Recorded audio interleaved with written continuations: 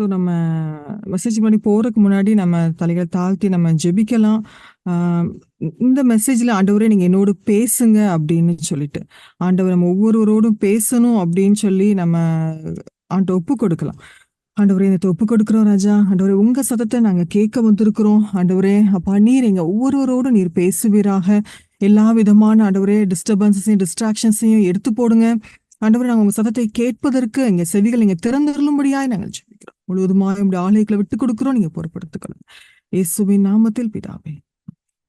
இன்னைக்கு நம்ம தியானிக்க போற அந்த தலைப்பு வந்து காட்ஸ், அதாவது நோயிங் காட் அப்படின்ட்டா, தேவனை அறிகிற அறிவு அப்படின்னு சொல்லிட்டு நம்ம பாலோட ப்ரீச்சிங்ல நிறைய இடங்களை நம்ம பார்த்தோம் அப்படின்னா தேவனை அறிகிற அறிவு அப்படின்னு சொல்லி நம்ம நிறைய இடங்களை நம்மளால பார்க்க முடியும். அப்போ தேவனை அறிகிற அறிவு அப்படின்னு சொல்லி அப்போஸ்தலனாகிய பவுல் வந்து எதை சொல்லுகிறாரு? நம்ம அவர் நிறைய இடங்கள்ல சொல்றாரு தேவனை அறிகிற அறிவு அப்படின்னு சொல்லிட்டு. அப்போ தேவனை அறிகிற அறிவு அப்படின்னா அவருடைய இதுல வந்து என்னவா இருக்குது, எப்படி அதை வந்து அவர் பார்க்கிறார். பால் நிறைய இடத்துல சொல்ற தேவனை அறிகிறது எப்படி அப்படின்னு சொல்லிட்டு அவர் எப்படி தேவனை அறிந்திருந்தார் அப்படின்னு சொல்லி நம்ம வந்து கொஞ்சம் பார்க்க போறோம். இன்னும் தேவனை நம்ம வந்து அறிகிறதுனால நம்ம வாழ்க்கையில எப்படிப்பட்ட மாற்றங்கள் இருக்கும், அதாவது நம்முடைய கண்ணோட்டங்கள் எப்படி மாறும், அது ரொம்ப முக்கியம் நம்ம லைஃப்ல. ஏன்னா நம்ம வந்து தேவனை சரியா அறிந்தாதான் நம்ம இந்த ஆவிக்குரிய வாழ்க்கையில நம்ம நம்ம போகிற பாதை அவருக்கு கீழ்ப்படுறதா இருக்கட்டும், நம்ம செய்கிற ஊழியங்கள்லாம் இருக்கட்டும், எல்லாத்துலயுமே ஒரு வித்தியாசம் காணப்படும். அப்போ அதை நம்ம சரியாய் புரிஞ்சுக்கணும். ஒருவேளை நம்ம இந்த கேட்கறப்பமே நம்ம ஒரு பிரேயரோட கேட்போம். இது இன்னைக்கு மட்டும் இல்லை, நான் சொல்றது ஜஸ்ட் நான் கொஞ்சம் ஒரு காரியங்களை மட்டும் தான் நான் உங்களோட ஷேர் பண்ண போறேன். அதுவும் நிறைய இடத்துல நமக்கு தெரிஞ்ச காரியங்களா இருக்கலாம். ஆனா இது இன்னும் பைபிள்ல இன்னும் நிறைய கொடுக்கப்பட்டிருக்குது. தேவனை அறிகிறதுங்கிறது இன்னைக்கு ஜஸ்ட் நம்ம கேட்டுட்டு போறதுனால நமக்கு எல்லாம் தெரிஞ்சிடும் அப்படி கிடையாது. இன்னும் நிறைய இருக்குது. அது ஒரு ட்ரெஷர் மாதிரி இருக்கு. ஸோ தொடர்ந்து நம்ம இந்த மாதிரி ஒரு பாயிண்ட்ல நம்ம வந்து நம்ம பர்சனல் மெடிடேஷன்ல நம்ம வந்து இன்னும் நம்ம ஆராய்ந்து நம்ம வந்து பார்ப்போம். ஆண்டவரை எப்படி நான் இன்னும் அறிந்து கொள்ள முடியும் அப்படின்னு சொல்லிட்டு. இப்போ முதலாவது நம்ம பார்க்கிறப்போ எபேசியர் 1:17 இப்படி இருக்குது. நம்முடைய கர்த்தராகிய இயேசு கிறிஸ்துவின் தேவனும் மகிமையின் பிதாவுமானவர் தம்மை நீங்கள் அறிந்து கொள்வதற்கான ஞானத்தையும் தெளிவையும் அளிக்கிற ஆவியை உங்களுக்கு தந்தரல வேணும். இது வந்து எபேசு சபைக்கு அவர் எழுதுறப்போ பால் வந்து ஒரு பிரேயரா சொல்றாரு, நான் பிரேயர் பண்ணிட்டு இருக்கிறேன் உங்களுக்காக அப்படின்ட்டு. அப்போ அவருடைய அந்த ஜெபத்துல அந்த பாயிண்ட் இருக்குது. அது நாட் ஓன்லி எபேசு சபை, அவர் யார் யாருக்கெல்லாம் அந்த எழுதுறோ அவருடைய அந்த கான்டெக்ட் எல்லாருக்கும் அவர் பண்ற ஒரு பிரேயரா இதை வச்சிருக்கிறாரு. என்ன பிரேயர் அப்படின்னா, நீங்க வந்து அவரை அறிந்து கொள்ளணும், அதுக்கான ஞானமும் தெளிவும் உங்களுக்கு ஆண்டவர் கொடுக்கணும் அப்படின்னு சொல்லிட்டு. இன்னைக்கு நம்மளும் அதே ஒரு ஜெபத்தோட நம்ம இருப்போம். ஆண்டவரே உண்மை அறிகிற அந்த ஞானத்தை நீங்க எனக்கு தாங்க, ஆண்டவரே உண்மை அறிகிற அந்த அறிவை நீங்க எனக்கு தாங்க, நான் சரியாய் உண்மை அறிந்து கொள்ள வேண்டும் ஆண்டவரே அப்படின்னு சொல்லி அந்த ஒரு பிரேயரோட நம்ம வந்து கண்டினியூ பண்ணுவோம். அப்போஸ்தலனாகிய பவுலோட சேர்ந்து ஆண்டவரே எனக்கு நீங்க அந்த அறிவை தாங்க, நான் சரியாயுமே அறிந்து கொள்ள எனக்கு உதவி செய்யுங்க அப்படின்னு சொல்லிட்டு நம்ம வந்து கடந்து போவோம். அடுத்த இன்னொரு காரியம் சொல்றாரு பவுல், கொலோசையர் 1:10 சகலவித நற்கிரியைகளுமாகிய கனிகளை தந்து தேவனை அறிகிற அறிவில் விருத்தி அடைந்து அதுல வந்து வளரணும் அப்படிங்கிறாரு. அது ஒவ்வொரு நாளும் அதுல வந்து நம்ம வளரணும். அப்போ வெறுமனே நான் அறியறது மட்டும் இல்ல, அந்த அறிகிற அறிவுல நான் விருத்தி அடையணும். ஏதோ எனக்கு கொஞ்சம் தெரியுது, அதுல நான் சாட்டிஸ்ஃபேக்ஷன் ஆகும், எனக்கு எல்லாம் தெரியும் அப்படி கிடையவே கிடையாது. ஆனா முதல்ல நான் சொன்னேன், ஆண்டரை அறிகிற அறிவுங்கிறது நம்ம வந்து ஏதோ லைட்டா நம்ம கொஞ்சம் கேட்டோன்னு எனக்கு எல்லாம் தெரிஞ்சிட்டு அப்படி கிடையாது. பைபிள் ஃபுல்லா ஆண்டவரை அறிகிற அறிவு தான் இருக்குது. நம்ம அந்த கண்ணோட்டத்தில் நம்ம பார்க்கிறப்போ அவர் எப்படிப்பட்டவர், எப்படி கிரியை செய்கிற ஆண்டவர் அப்படின்னு சொல்லி நமக்கு அதாவது நம்ம எக்ஸைட் ஆகுற அளவுக்கு, ரொம்ப வந்து நம்ம மணிக்கணக்கு தெரியாத அளவுக்கு நம்மளால அதை தியானிக்க முடியும். அவ்வளோ ட்ரெஷர்ஸ் அதுல இருக்குது அந்த பாயிண்ட்ல. அப்ப அததான் சொல்ற, நீ விருத்தி அடை அப்படிங்கிறாரு. நீ அப்படி நின்றாத, உன்னுடைய அந்த இது வந்து என்ன செய்யணும், விருத்தி அடையட்டும், அறிகிற அறிவு விருத்தி அடையட்டும். ஒருவேளை நம்ம உலக பிரகாரம் படிப்புல இந்த லெவலுக்கு நான் படிச்சுட்டேன் அப்படின்னா எனக்கு ஓரளவுக்கு தெரியும் நம்ம சொல்லலாம் சில காரியங்கள்ல, சில ஏரியாஸ்ல. ஆனா வசனத்தை, அதாவது வேதத்தை பொறுத்த வரைக்கும் எனக்கு தெரியும் அப்படிங்கிற ஒரு எல்லையே கிடையாது.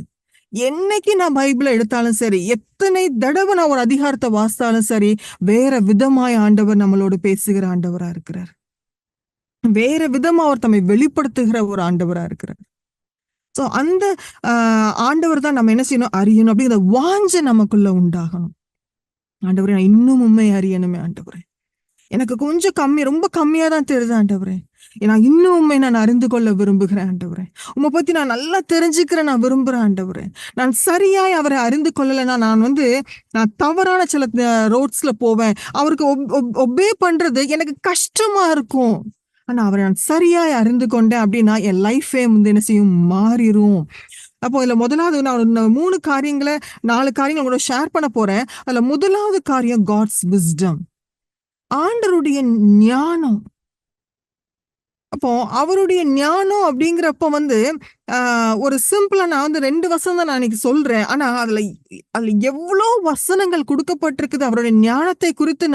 அதை நம்ம சொல்லவே முடியாது, அவ்வளோ கொடுக்கப்பட்டிருக்குது.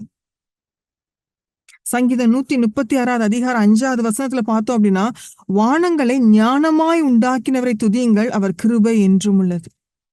சோ ஆண்டவர் வந்து வானத்தை ஞானமாய் உண்டாக்கினாராம். அவர் வந்து ஞானமா உண்டாக்கின ஆண்டவரா. அதே போல நீதிமொழிகள் 3வது அதிகாரம் 19வது வசனத்துல நம்ம பார்த்தோம் அப்படின்னா, கர்த்தர் ஞானத்தினாலே பூமியை அஸ்திபாரப்படுத்தி புத்தியினாலே வானங்களை ஸ்தாபித்தார். அவர் வந்து அவருடைய விஸ்டம்ல வந்து எர்த்தை வந்து அவர் வந்து உண்டாக்குறாரு. அதே மாதிரி அண்டர்ஸ்டாண்டிங்ல ஹெவன்ஸ் எஸ்டாப்ளிஷ் பண்றாரு. அப்ப அவருடைய ஞானம் எப்படிப்பட்ட ஒரு ஞானம்! வானத்தையும் ஒரு பூமியையும் அவர் ஞானத்துல அவர் உண்டாக்கினாருன்னா, அப்ப நம்மளை எப்படிப்பட்ட ஒரு ஞானத்துல நம்மளை உண்டாக்கி இருப்பார். அவருடைய ஞானத்துல உண்டாக்குன ஹியூமன் பீயிங்ஸ் தான் நம்ம. அப்போ அது எவ்வளவு ஒரு பெரிய ஒரு ஞானம் அது. இன்னைக்கு நம்மளுடைய ஒரு அப்பியரன்ஸை பார்த்தோம், ஏதோ ஒண்ணு பார்த்தோம், நம்ம நிறைய நேரங்கள் நம்ம வந்து குறை சொல்றது உண்டு. ஆனா உன்னை மறந்து போயிடுறோம், வானத்தையும் பூமியுமே ஞானமாய் உண்டாக்கின ஆண்டவர் என்ன எவ்வளவு ஞானமாய் படைத்திருக்கிறார். என் பாடியில ஃபங்க்ஷன் ஆகிற ஒவ்வொரு பார்ட்ஸையும் எவ்வளவு ஞானமாய் அவர் உண்டாக்கி இருக்கிறார்.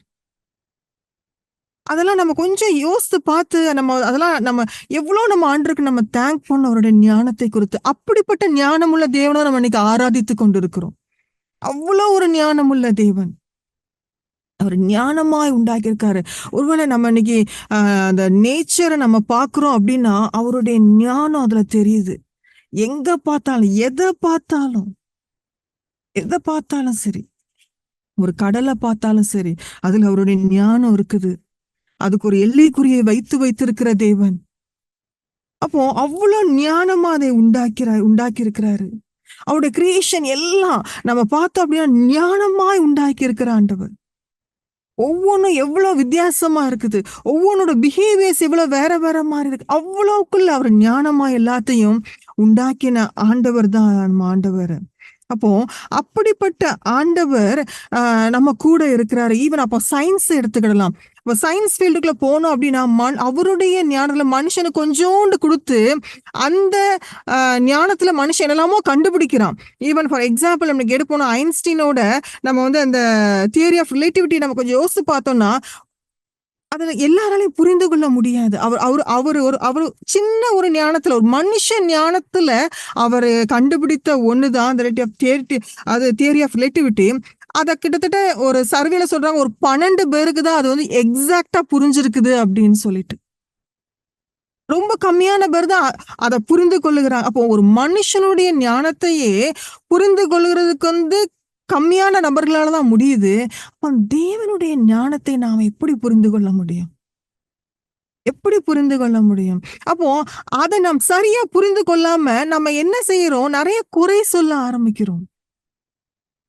அவரு சர்வ ஞானிங்கிறத நம்ம மறந்து போயிடுறோம். எல்லாத்தையும் ஞானமா அவர் வச்சிருக்கிறாரு. எல்லாம் எந்தெந்த மெஷர்மெண்ட்ல எங்கெங்க நிக்கணும் அப்படின்னு சொல்லி கரெக்டா அவர் எல்லாத்தையும் செட் பண்ணி வச்சிருக்கிறாரு. அப்ப அந்த ஞானத்தை நாம எவ்வளவா நம்ம வந்து உணரணும். இன்னைக்கு அதை நம்ம உணராததுனாலதான் நம்ம என்ன செய்யறோம்னா, நம்ம லைஃப குறித்து நம்ம ஒரி பண்ணிக்கிறோம். நம்ம ரொம்ப யோசிக்கிறோம். ஐயோ, என் லைஃப் எப்படி போகும், என்ன நடக்கும், என்ன செய்ய போறேன் அப்படின்னு சொல்லி நிறைய காரியங்களை நாம சிந்திக்க ஆரம்பிச்சிடறோம். அது இவ்வளோக்குள்ள உலகத்தை இந்த அளவுக்கு வானத்தையும் பூமியையும் சர்வ சிருஷ்டி ஞானமாய் படைத்த ஒரு ஆண்டவர் ஏன் வாழ்க்கையில எவ்வளவு ஞானமாய் கிரியை செய்வார், எவ்வளவு அழகா அவர் கிரியை செய்வாரு. ஆனா இன்னைக்கு நான் அந்த ஞானத்தை நான் எந்த அளவுக்கு நான் புரிந்து வைத்திருக்கிறேன், நான் அக்செப்ட் பண்றேன்னா முதல்ல ஒருவேளை அந்த ஞானத்தை நான் உண்மையாவே நான் அக்செப்ட் பண்ணிருக்கிறேன் அப்படின்னா அவர் எல்லாத்தையும் ஞானமாய் செய்யறார், என் வாழ்க்கையில ஒன்னொன்னு ஞானமா தான் செஞ்சிட்டு இருக்கிறார் அப்படின்னு சொல்லி நான் புரிந்திருந்தேன் அப்படின்னா நான் கவலைப்பட மாட்டேன், நான் கவலைப்பட மாட்டேன். ஏன்னா எனக்கு தெரியும் அவர் இதெல்லாத்தையும் ஞானமா செஞ்சவரு என் வாழ்க்கையை நீ எவ்வளவு அழகா செய்வாரு, அவருடைய சாயல்ல உண்டாக்கப்பட்டவளாச்சேனா அப்படின்னு சொல்லி ஒவ்வொருத்தருக்கும் அது ஒரு தைரியமா இருக்கும். அதுதான் நான் முதல்ல சொன்னேன், தேவனை அறிகிற அறிவு. அவரை நான் சரியாய் அறிந்தேன் அப்படின்னா என்னுடைய வே ஆஃப் திங்கிங் ஸ்டைலே மாறிடும். இன்னைக்கு நான் ரீசெண்டா நான் யோசிச்சு பார்த்தேன், இந்த கார்ல நம்ம டிரைவர் சீட்ல உட்கார்ந்து இருக்கவங்களுக்கும் பக்கத்துல உட்கார்ந்துட்டு போறவங்களுக்கும் எவ்வளவு ஒரு வித்தியாசம் இருக்குது அப்படின்னு சொல்லிட்டு.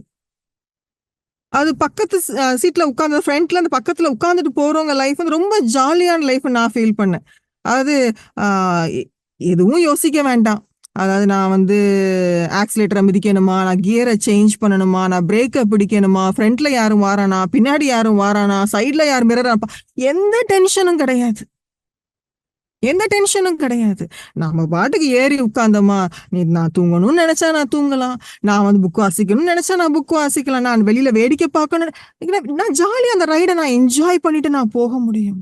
அப்போ ஓட்டுற ரெஸ்பான்சிபிள் பர்சன் தான் அதை கரெக்டா ஓட்டிட்டு போகணும். ஆண்டவர் சொல்றாரு, உன் வாழ்க்கையை நான் ஓட்டிட்டு போறேன் அப்படின்னு சொல்லிட்டு. ஆனா நம்ம என்ன செய்யறோம், நான் ஓட்டணும் அப்படி நம்ம நினைக்கிறோம். நினைச்சு நம்ம என்ன செய்யறோம், ஏன்னா ஆண்டவர் தப்பு பண்ணிருவாரு, நம்ம எனக்கு நிறைய டவுட் இருக்கு நிறைய நேரத்துல, அதனால நம்ம ஆண்டவர் ஃபுல் கண்ட்ரோல் கொடுக்கறதே கிடையாது.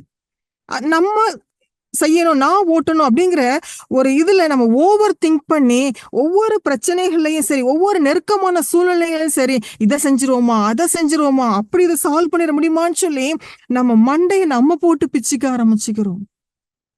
தேவையில்லாத குழப்பங்களுக்குள்ள நம்ம போயிடுறோம்.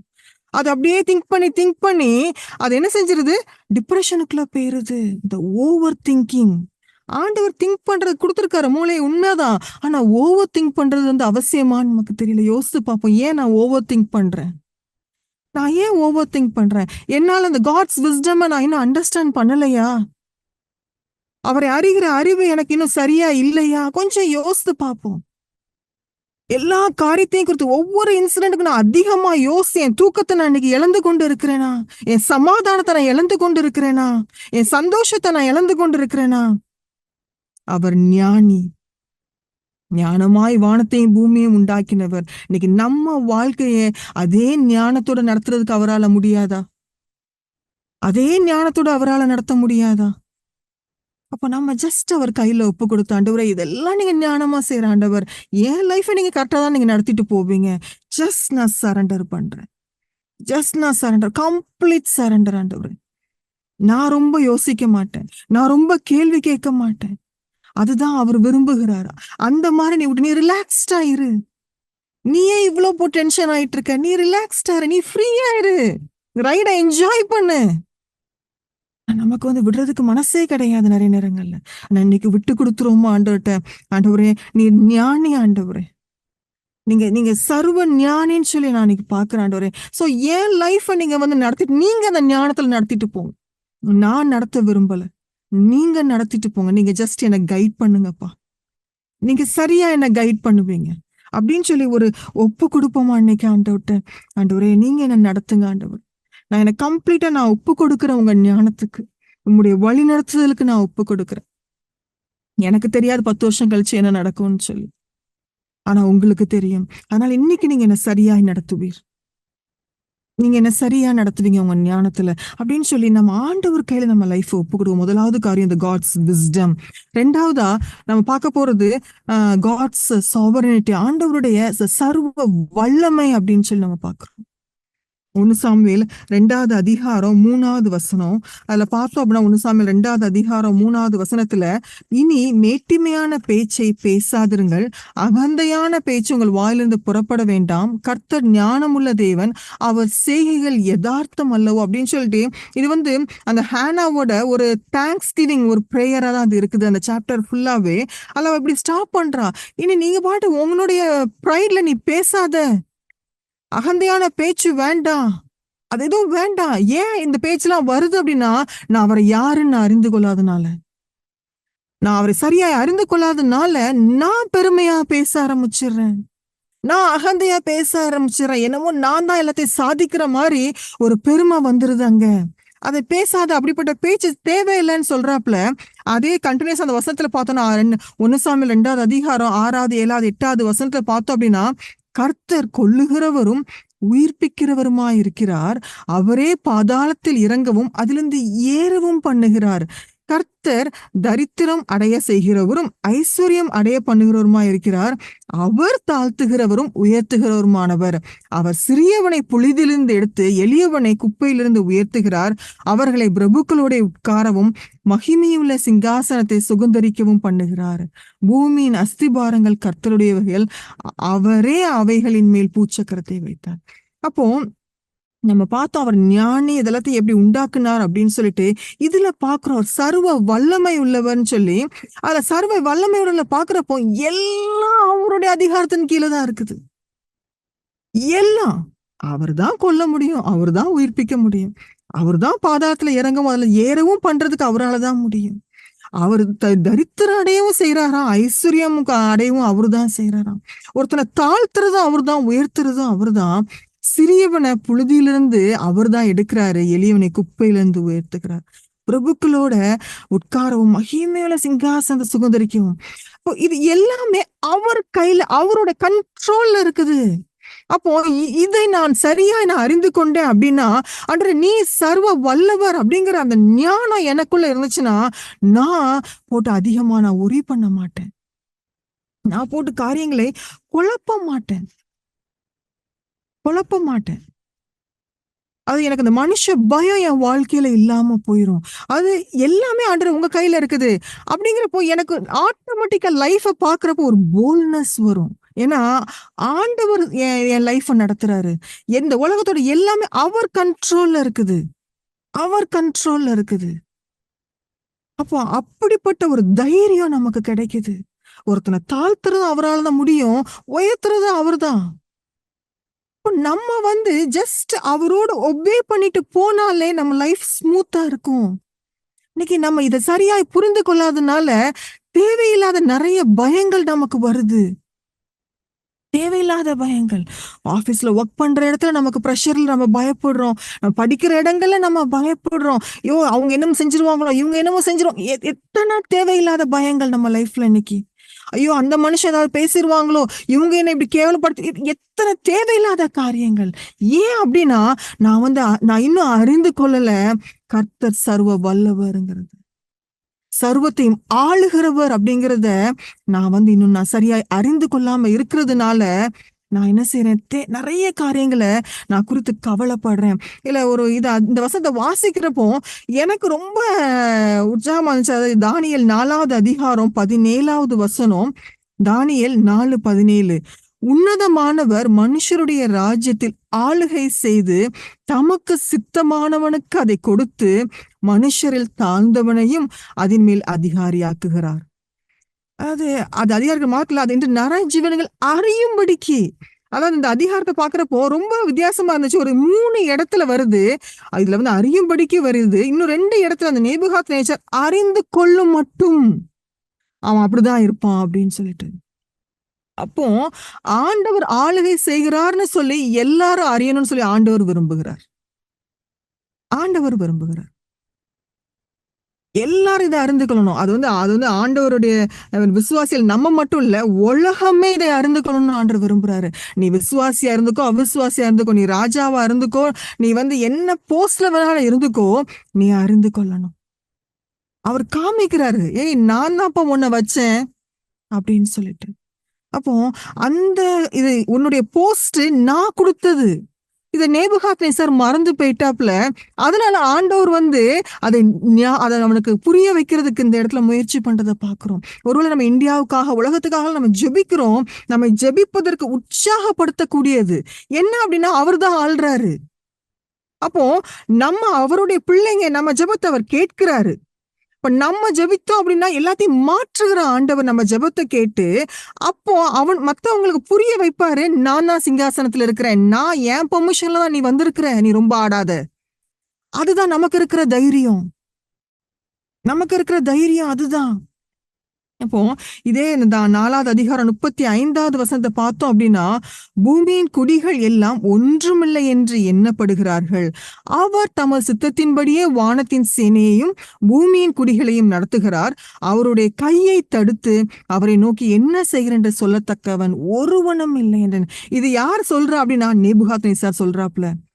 அவ்வளோ கஷ்டப்பட்டுட்டு அவன் தெளிவடைஞ்சு, அவருதான் தேவன், உம்மை தவிர வேற யாரும் இந்த உலகத்துல கிடையாதுன்னு சொல்லி அந்த ரெகக்னைஸ் அந்த ஆண்டவர் அக்செப்ட் பண்ணிட்டு அவன் சொல்றான், ஆண்டவரே எதுவுமே வந்து ஒண்ணும் கிடையாது ஆண்டவரே இந்த பூமியில.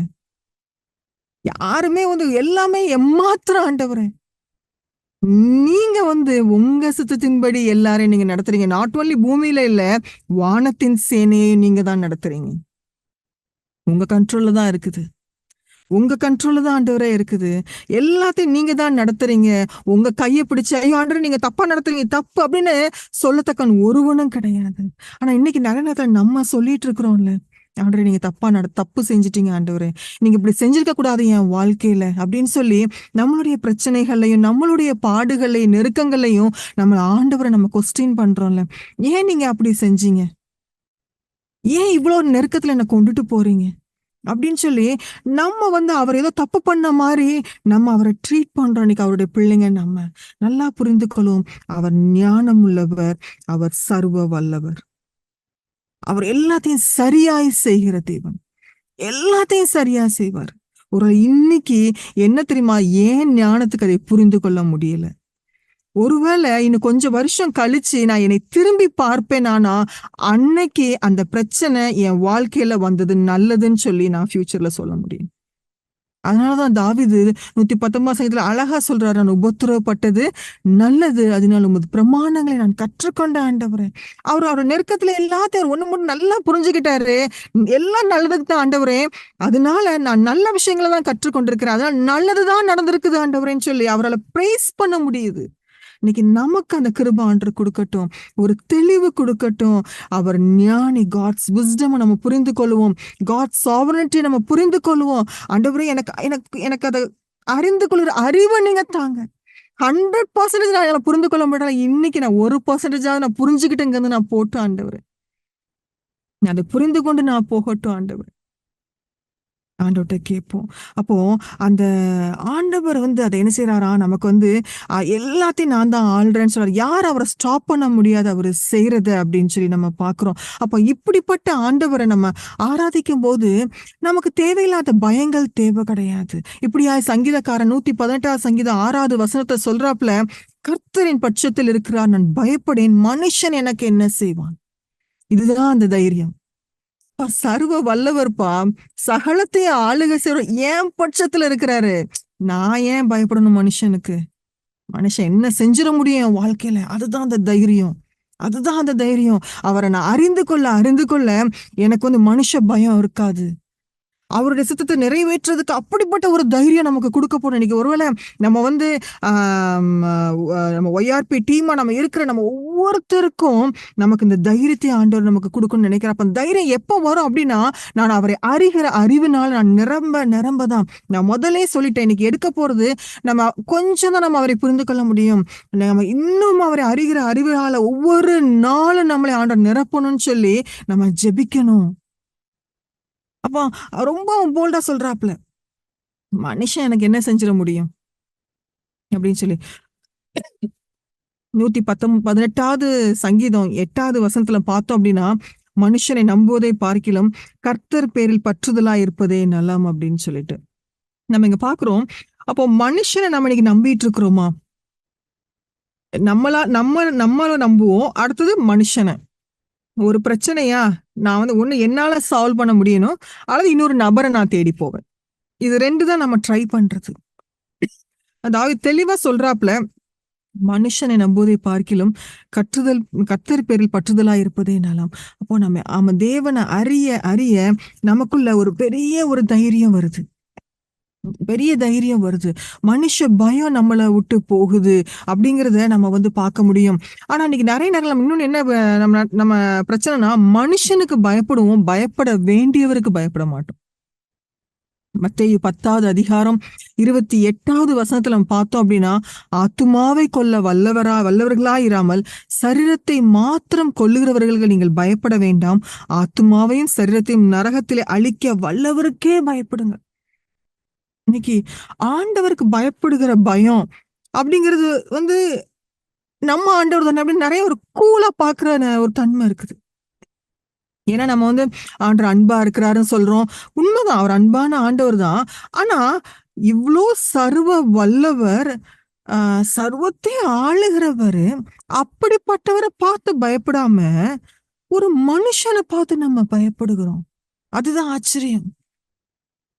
எல்லாத்தையும் ஞானமாய் உண்டாக்கினவர பார்த்து எனக்கு பயம் வர மாட்டேங்குது. ஆனா ஒரு மனுஷன் ஒரு காரியத்த எனக்கு அகைன்ஸ்டா செஞ்சுட்டா நான் பயப்படுகிறேனா இன்னைக்கு? ஆண்டவர் தெளிவா சொல்றாரு, "உன் மிஞ்சி போனா உன் உயிர அவன் எடுக்க முடியும். அந்த லைஃப்‌க்கா எடுக்கிறவனுக்கா நீ பயப்பட போற? ஆனா உன் ஆத்துமாவையும் சரீரத்தையும் நரகத்திலே அழிக்க வல்லவர் நான் இருக்கிறேன். எனக்கு பயப்படு" அப்படிங்கிறாரு. அப்போ ஆண்டவர் அறிகிற ஞானத்துல இது ரொம்ப முக்கியமான ஒண்ணு. என்னுடைய ஆத்துமாவையும் சரீரத்தையும் நரகத்துல அழிக்க வல்லவர் அவரு. அப்ப நான் அவருக்கு மட்டும் தான் நான் பயப்படணும். வேற யாருக்கும் நான் பயப்படணும்னு அவசியம் கிடையாது.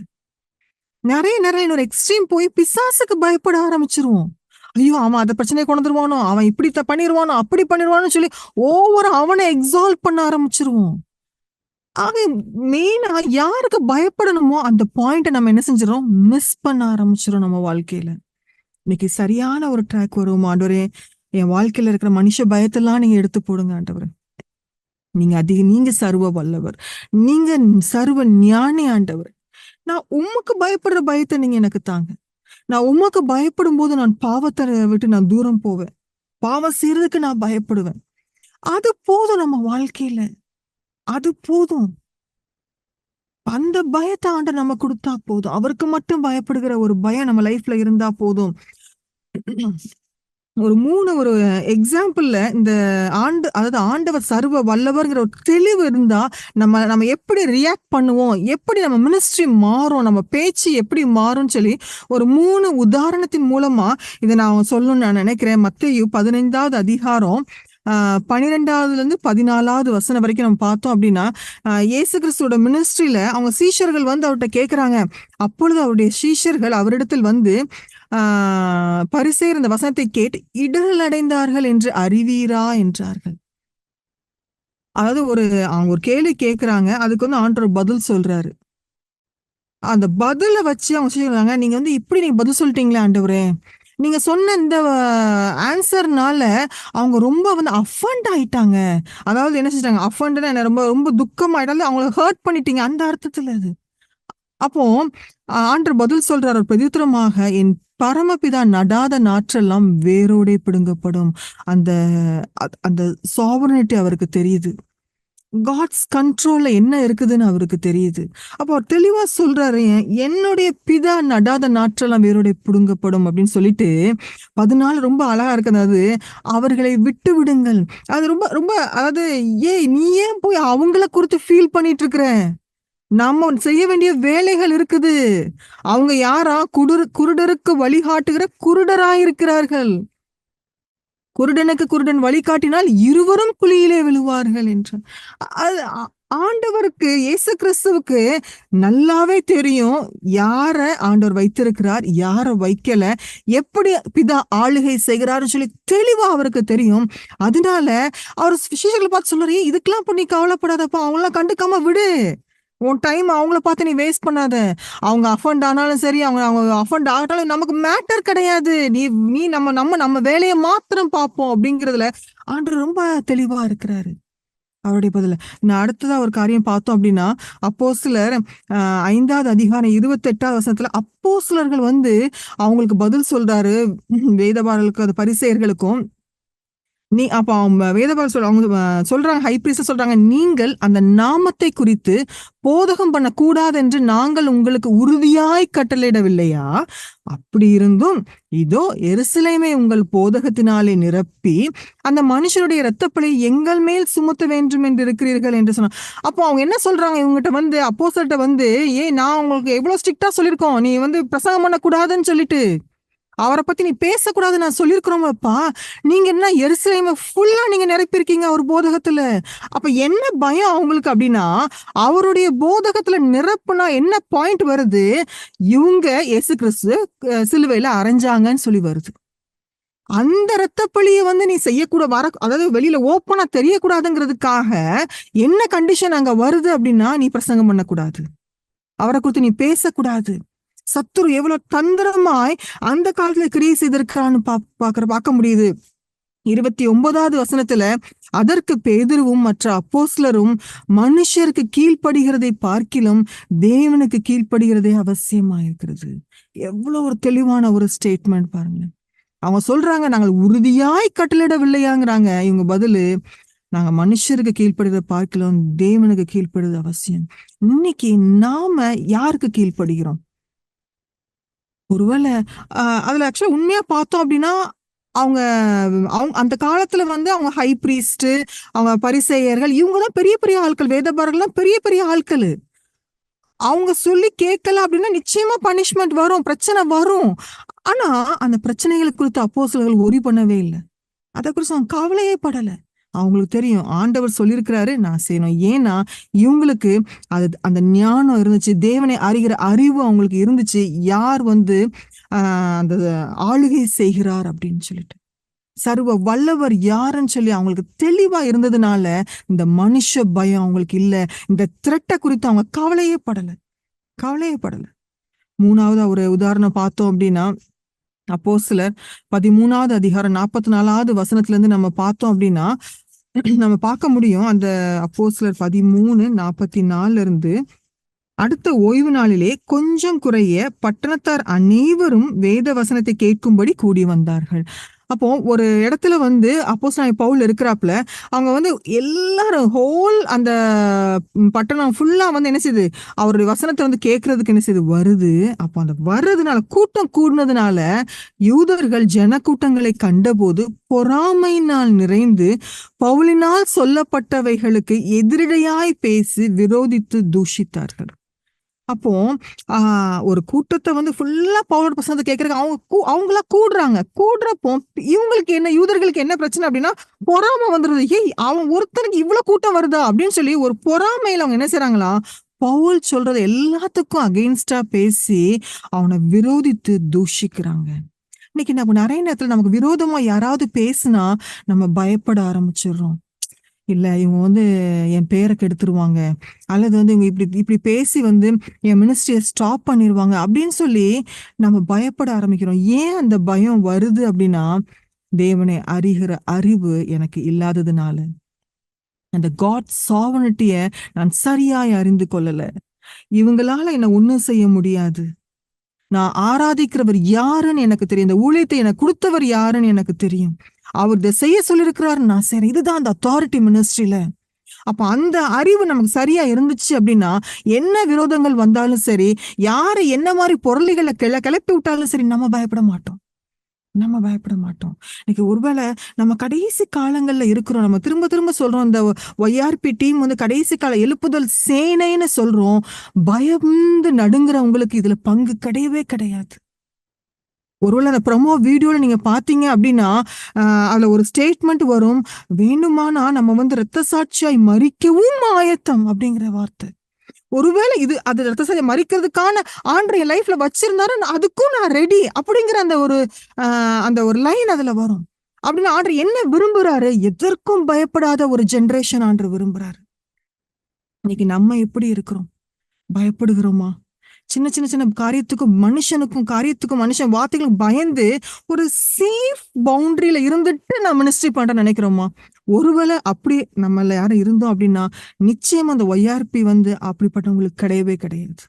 சேஃப் ஜோன்ல இருந்துட்டு நான் மினிஸ்ட்ரி பண்ணுவேன் அப்படிங்கிறது நிச்சயமா இல்லை, நிச்சயமா கிடையவே கிடையாது. ஆண்டவர் வந்து சொல்றாரு, என்ன வந்தாலும் சரி, உன்னை வந்து கொல்லவே ஆட்கள் வந்தாலும் சரி, நீ எனக்காக நிக்கணும். அதுதான் ஆண்டவர் நம்மகிட்ட இன்னைக்கு எதிர்பார்க்கிறது. இன்னைக்கு மனுஷனுடைய வார்த்தைகளுக்கு நம்ம பயந்து ஒதுங்கி போகிறோமா? யோசித்து பார்ப்போம். தெளிவா நம்ம முடிவு எடுக்கணும். ஆண்டவரே, நீங்க சொல்றத மட்டும் நான் செய்யணும். ஆண்டவரே, நீங்க நடத்துற பாதையில மட்டும்தான் நான் போகணும். ஏன் விருப்பமும் கிடையாது, யார் விருப்பமும் அங்க கிடையாது. அதுதான் அந்த காட் சாவர்னிட்டி கீழே நம்ம வர்றது.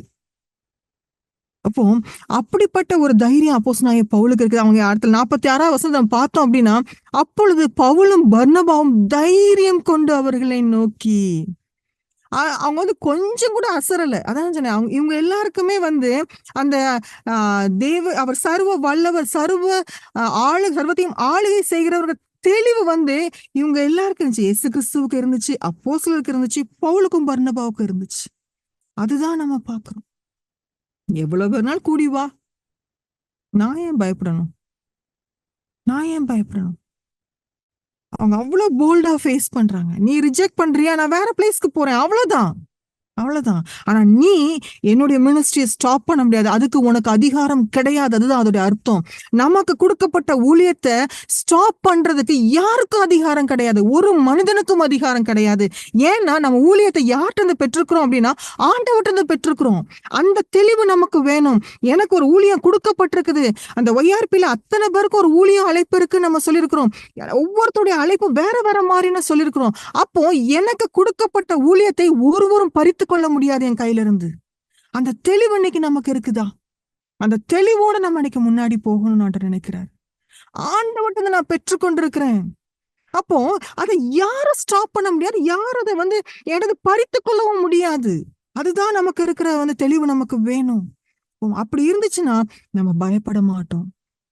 எதை குறித்து நம்ம பயப்பட மாட்டோம். அடுத்த காரியத்துக்காக நம்ம பார்ப்போம் அப்படின்னா, இல்ல அப்ப பவுல் சொல்றாப்புல பிலிப்பியர் 3ஆவது அதிகாரம் 8வது வசனத்துல, அது மாத்திரமல்ல, என் கர்த்தராகிய கிறிஸ்து இயேசுவை அறிகிற அறிவின் மேன்மைக்காக எல்லாவற்றையும் நஷ்டம் என்று எண்ணிக்கொண்டிருக்கிறேன். எல்லாத்தையும் நான் நஷ்டம்னு எண்ணிட்டு இருக்கிறேன். எல்லாத்தையும் நான் நஷ்டம் என்ற அப்படின்னு சொல்றாப்புல. எதை நஷ்டம்னு பவுல் சொல்றாப்புல? ஏன்னா நான் வந்து சொன்ன பால் தெளிவா தெரியுது. அதாவது ஆண்டோடைய ஆளுக அந்த சாவர்னிட்டி ஆஃப் காட் வந்து ரொம்ப அழகா பாலுக்கு தெரியுது. அதனாலதான் அவ்வளவு போல்டா அவர் வந்து அந்த இடத்துல பேசுறாங்க. அதே போல பவுலோட எல்லா லெட்டர்ஸ்லயும் அவர் தான் சொல்றாரு, அவரை அறிகிற மேன்மை, அறிகிற அறிவு அப்படின்ட்டு. அப்ப இங்க நம்ம பாக்குறோம், அந்த இயேசுவை அறிகிற அறிவின் மேன்மைக்காக எல்லாத்தையும் நான் நஷ்டம்னு எண்ணிட்டு இருக்கிறேன் அப்படிங்கிறாரு. எது நஷ்டம்னு அவர் என்றார் அப்படின்னா, அவருடைய பேக்ரவுண்ட், அவருடைய ப்ராட்டப், அவருடைய நாலேஜ். இதுக்கு முன்னாடி உள்ள அந்த வசனங்கள்லாம் நீங்க வந்து வாஸ்து பாத்தீங்க அப்படின்னா ஒரு நிறைய பட்டியலிடுவாரு. நான் 8ஆம் நாள்ல நான் வந்து ஞானஸ்நானம் பெற்றேன், அதாவது விருத்தசேதனம் அடைந்தேன் அப்படிம்பாரு.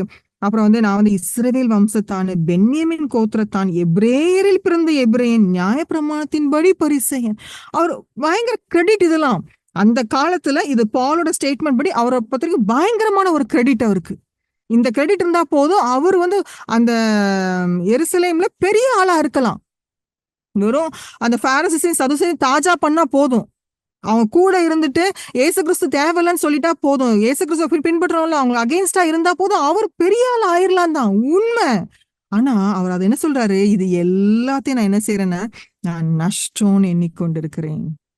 இதெல்லாம் எனக்கு இருக்குதுதான், அந்த கிரெடென்ஷியல்ஸ் எல்லாம் எனக்கு இருக்குதுதான். ஆனா இது எனக்கு தேவை கிடையாது, இதெல்லாம் வேஸ்ட்.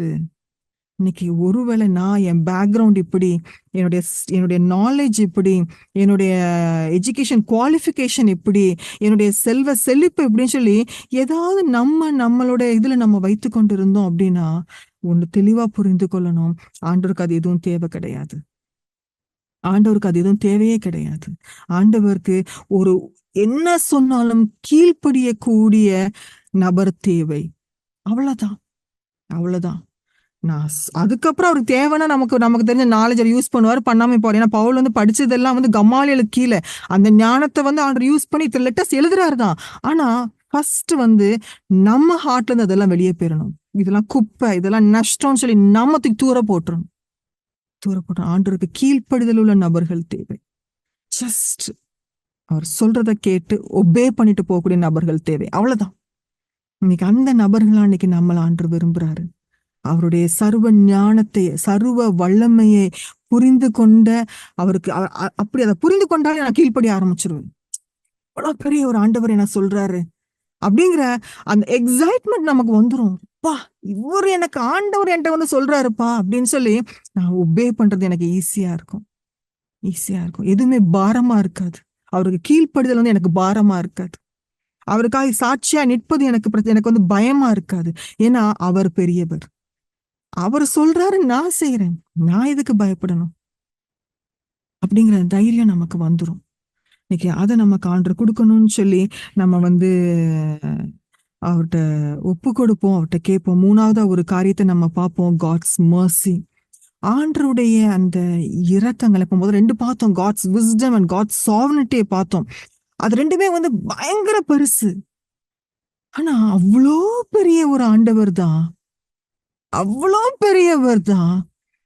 ஜஸ்ட் இந்த வசனத்தெல்லாம் வாசிக்கிறப்போ அப்படியே உள்ள வந்து நமக்கு ஆட்டோமேட்டிக்கா துள்ளணும். ஆக்சுவலா சங்கீதம் 136 அதிகாரம் 23 வசனத்துல, நம்மளுடைய தாழ்வில் நம்மை நினைத்தவரை துதியுங்கள்.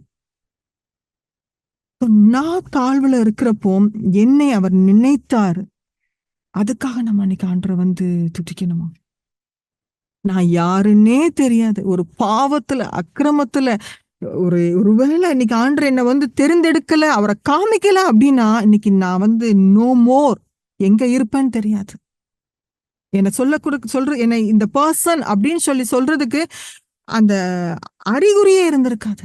அவர் என்னுடைய தாழ்வுள்ள என்னை நினைச்சார், அவர் என்னை நினைத்தார் ஆண்டவர்.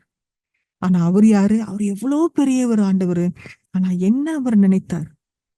அத டிஃபரன்ஸ கொஞ்சம் யோசிச்சு பார்ப்போம், இமேஜின் பண்ணி பார்ப்போமே. அவ்வளவு ஒரு பெரியவர், அவருடைய ஞானம் அவ்வளவு பெருசுன்னு பார்த்தோம், எல்லாத்தையும் ஞானமாய் படைத்தாருன்னு பார்த்தோம். என்ன நினைச்சிருக்காரு அவரு? நம்மளை நினைத்திருக்கிறாரு. யோசித்து பார்ப்போமே.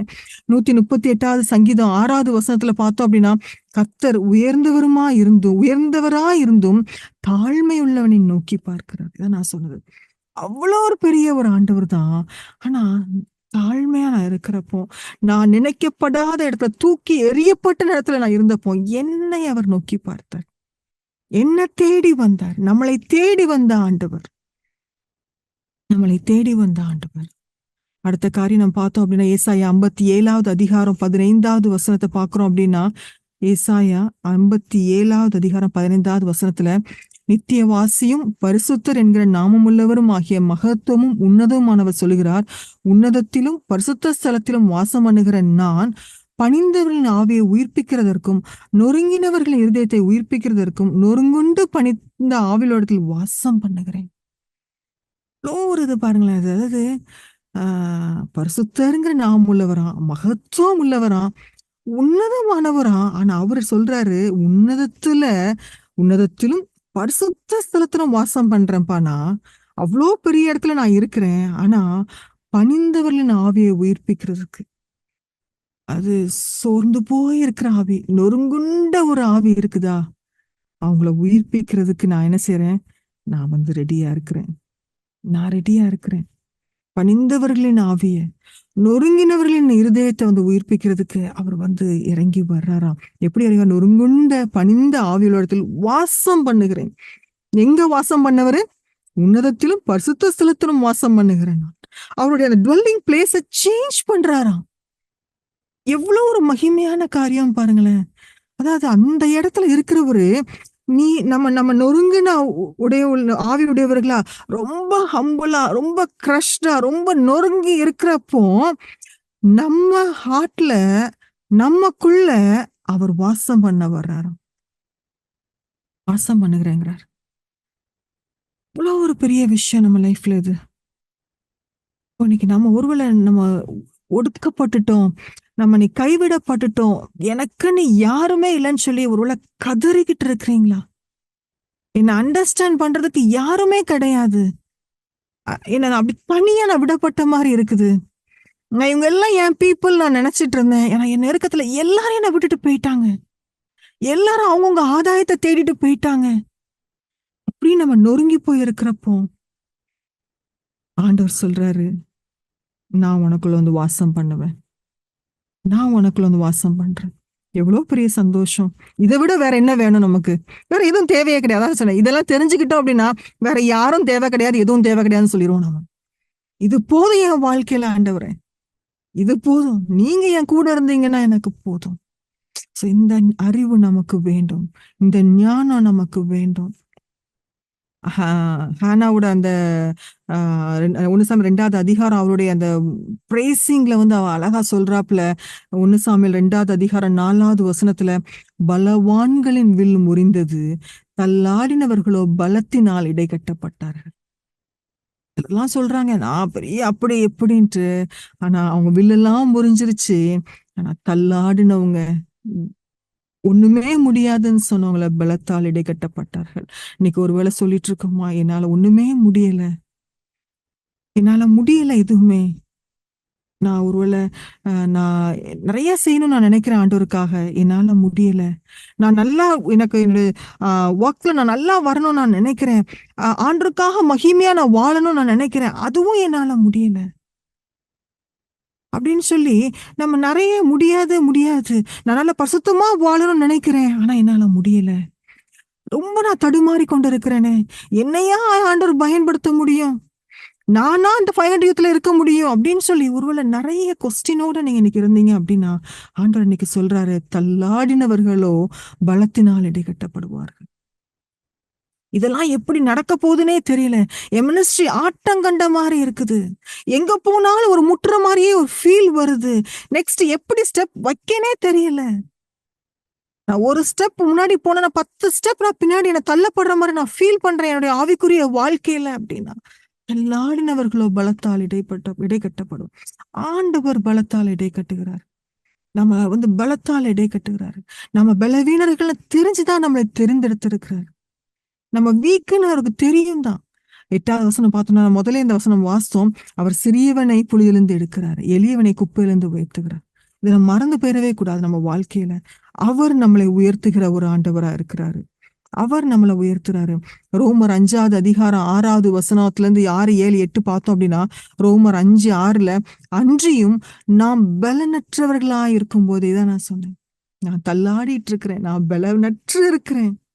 அப்பவுமே கிறிஸ்து அக்கிரமக்காரருக்காக மறித்தார், எனக்காக மறித்தார். அதை சொல்லி பாருங்களேன், நான் பலனற்றவளா இருந்த போது கிறிஸ்து எனக்காக மறித்தார். நான் பேர்சிக்காக நான் மறிக்கிறேன். அவ வீக்கா இருக்கிறா, நான் அவளை ஸ்ட்ரென்தன் பண்றதுக்காக நான் மறிக்கிறேன். உங்க பேரை போட்டு சொல்லி பாருங்க. எவ்வளவு நம்ம அந்த வசனத்தை உரிமை கொண்டாட முடியும். இதுதான் ஆண்டுடைய இரக்கம், இதுதான் காட்ஸ் மர்சி. அவ்வளோ பெரியவர் எனக்காகவும் உங்களுக்காகவும் எப்படி இறங்கி வர்றாருன்னு பாருங்களேன். எப்படி இறங்கி வர்றாரு. நம்ம தாழ்த்தப்படும் போது, நான் தாழ்மையா இருக்கும் போது அவர் உடனே வந்துடுறாரு. உனக்கு பலன் இல்லையா, நான் உனக்கு பலன் தரேன், நான் உனக்கு பலன் தரேன். உனக்கு ஞானம் இல்லையா, நான் உனக்கு ஞானத்தை தரேன். எல்லா ஞானமும் என்கிட்டதான் இருக்குது, என்கிட்டதான் இருக்குது. என்கிட்ட கேளு. என்ன எப்படி பேசன்னு தெரியல, எப்படி என்ன சொல்ல, காஸ்பல் சொல்ல தெரியல, யாரு முன்னாடி பேசுறதுக்கு வாய் வர மாட்டேங்குது, எனக்கு என்ன அழைப்புங்கிறது புரிந்து கொள்ள முடியல. நிறைய கொஸ்டின் மார்க் இருக்குதா வாழ்க்கையில. எல்லாத்தையும் அவர்கிட்ட கேட்போம். அவர் ஞானத்துல நமக்கு பதில் சொல்லுவார். நமக்கு ஞானத்தை தருகிற தேவன், பலத்தை தருகிற தேவன். 8வது வசனம் பார்த்தோம், பாவிகளா இருக்கையில் கிறிஸ்து நமக்காக மரித்ததினாலே. நான் பாவியாதான் இருந்தேன், ஆனா அப்பவுமே எனக்காக அவர் மரிச்சிட்டார். அப்பவுமே மரிச்சிட்டார். எவ்வளவு பெரிய இரக்கம் அது, எவ்வளவு பெரிய இரக்கம். இந்த அன்பை தான் நம்ம உணர்றோமா?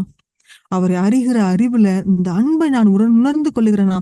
அவ்வளவு பெரிய ஒரு ஆண்டவர் என்னை நேசிக்கிறாரு, எனக்காய் மறிக்கிறாரு.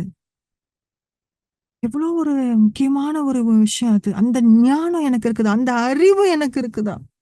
நிறைய நேரங்கள்ல இதெல்லாம் பார்க்கிறப்ப ஆண்டவரே நான் எவ்வளவு முட்டாளா நான் இருந்திருக்கிறேன். இத கூட நான் புரிந்து கொள்ளலை அப்படின்னு சொல்லி நமக்கு நிறைய காரியங்கள் வந்து பைபிள வாசிக்கிறப்போ அப்படிதான் இருக்கும். ஓ! இந்த இடத்துல நான் இப்படி தப்பா பிஹேவ் பண்ணிட்டேன். இந்த இடத்துல நீங்க என் கூட இருந்தீங்க நான் மறந்துட்டேன் ஆண்டவரே. நான் நான் நான் நடுங்கிட்டேன். நான் திகைச்சு போயிட்டேன். அவ்வளவுதானோ நான் யோசிச்சுட்டேன். அப்படின்னு எத்தனை இடத்துல நம்ம சொல்ல முடியும் நம்ம வாழ்க்கையில. அவரை அறிகிற அறிவினால இன்னைக்கு ஆண்டவர் நம்மள நிரப்பட்டும். காட்ஸ் விஸ்டம் இருக்குது. காட்ஸ் சாவர்னிட்டி இருக்குது. காட்ஸ் மர்சி எவ்வளோ ஒரு பெரிய இரக்கம் நம்ம மேல பாராட்டுறார். எவ்வளோ பெரிய இரக்கம். நமக்காக மரித்து கடைசியா ஒரு காரியம் சொல்லி முடிக்கலாம். God's faithfulness. ஒரே ஒரு இன்சிடென்ட் தான். ஆபிரகாமோட வாழ்க்கை தான். ஆபிரகாமுக்கு வந்து ஆண்டவர் ப்ராமிஸ் பண்ணும்போது, ஆண்டவர் வந்து அவனுக்கு ப்ராமிஸ் பண்றப்போ, அவனுடைய ஏஜ் வந்து அதாவது ஆதியாகமம் 12வது அதிகாரம் 4வது வசனத்துல அவனுடைய ஏஜ் வந்து 75 வயதா இருந்துச்சு. அந்த ப்ராமிஸ் நிறைவேறுகிறப்போ அவனுடைய வயசு ஆதியாகமம் 21:5ல 100 வயதா இருந்தான்னு சொல்லி பார்க்கிறோம். 100 வயதா இருந்தான். ஸோ இது கேட்டல 25 இயர்ஸ் இருக்குது. ஆண்டவர் என் வாழ்க்கையில ஒரு ஒரு வாக்கை கொடுத்திருக்கிறார், ஒரு ப்ராமிஸ் பண்றார் அப்படின்னா அதை அவர் நிறைவேற்றுவார், கட்டாயம் நிறைவேற்றுவார். அது சந்தேகப்படணும் அவசியமே கிடையாது. 25 இயர்ஸ் ஆபிரகாம் வெயிட் பண்ணி அது கேடல அவசரப்பட்டதுனால நடந்ததெல்லாம் நமக்கு தெரியும். ஆண்டவர்கிட்ட கேட்காததுனால நம்ம ஆண்டவர்கிட்ட கேட்போம். ஆண்டவர் ப்ராமிஸ் பண்ணிருக்கிறாரா, நான் உன்னை ஆசீர்வதிப்பேன், நான் இந்த ஜனங்கள் மத்தியில உயர்த்துவேன், நிச்சயமாய் உயர்த்துவாரு. நம்ம வெயிட் பண்ணுவோம், அவருக்கு வெயிட் பண்ணுவோம். அவர் ப்ராமிஸ வந்து உடைச்சு போடுற ஆண்டவரே கிடையாது, கிடையவே கிடையாது. பொறுமை நமக்கு ரொம்ப அவசியம். காத்திருக்குதல் வந்து ரொம்ப ரொம்ப முக்கியம் நம்ம ஆவிக்குரிய வாழ்க்கையில. உன்னை இந்த மாதிரி நான் பயன்படுத்த போறேன் ப்ராமிஸ் பண்ணிருக்கிறாரா, நாளைக்கே பண்ண மாட்டாரு. நம்மளுடைய பிரச்சனை என்ன அப்படின்னா, நான் இன்னைக்கு ஆண்டவர் ப்ராமிஸ் பண்ணிட்டா நான் எதிர்பார்க்கிறது நாளைக்கு நான் ஆண்டவர் அப்படி யூஸ் பண்ணிடணும் அப்படின்னு சொல்லிட்டு இல்லவே இல்லை. அவர் என்னை உருவாக்குற ஒரு வழி இருக்குது. என்னை உடைக்கணும், என்னை உருவாக்கணும், என்னை பக்குவப்படுத்தணும், அந்த இடத்துக்கு கொண்டுட்டு போறதுக்கு. அப்போ அதுக்கு டைம் எடுக்கும். 25 இயர்ஸ் எடுத்திருக்குது ஆபிரகாமுக்கு. நம்ம வெயிட் பண்ணணும். வெயிட் பண்றதுக்கு ஆண்டவர் வந்து நம்மகிட்ட விரும்புறாரு.